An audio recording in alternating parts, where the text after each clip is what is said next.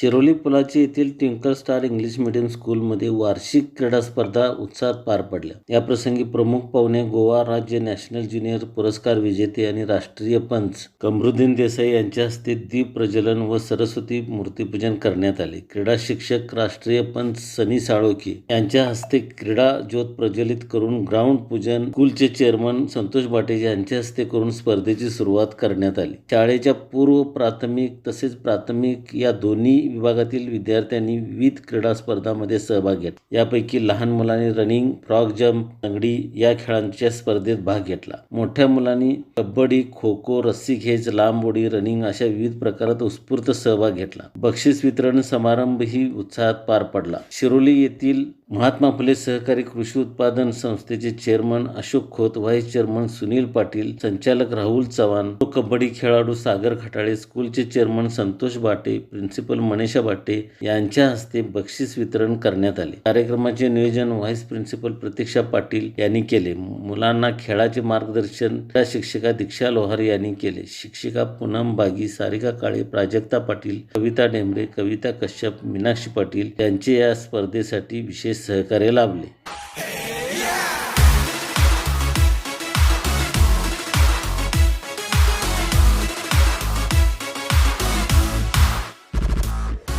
लिखी है जो हाथों पर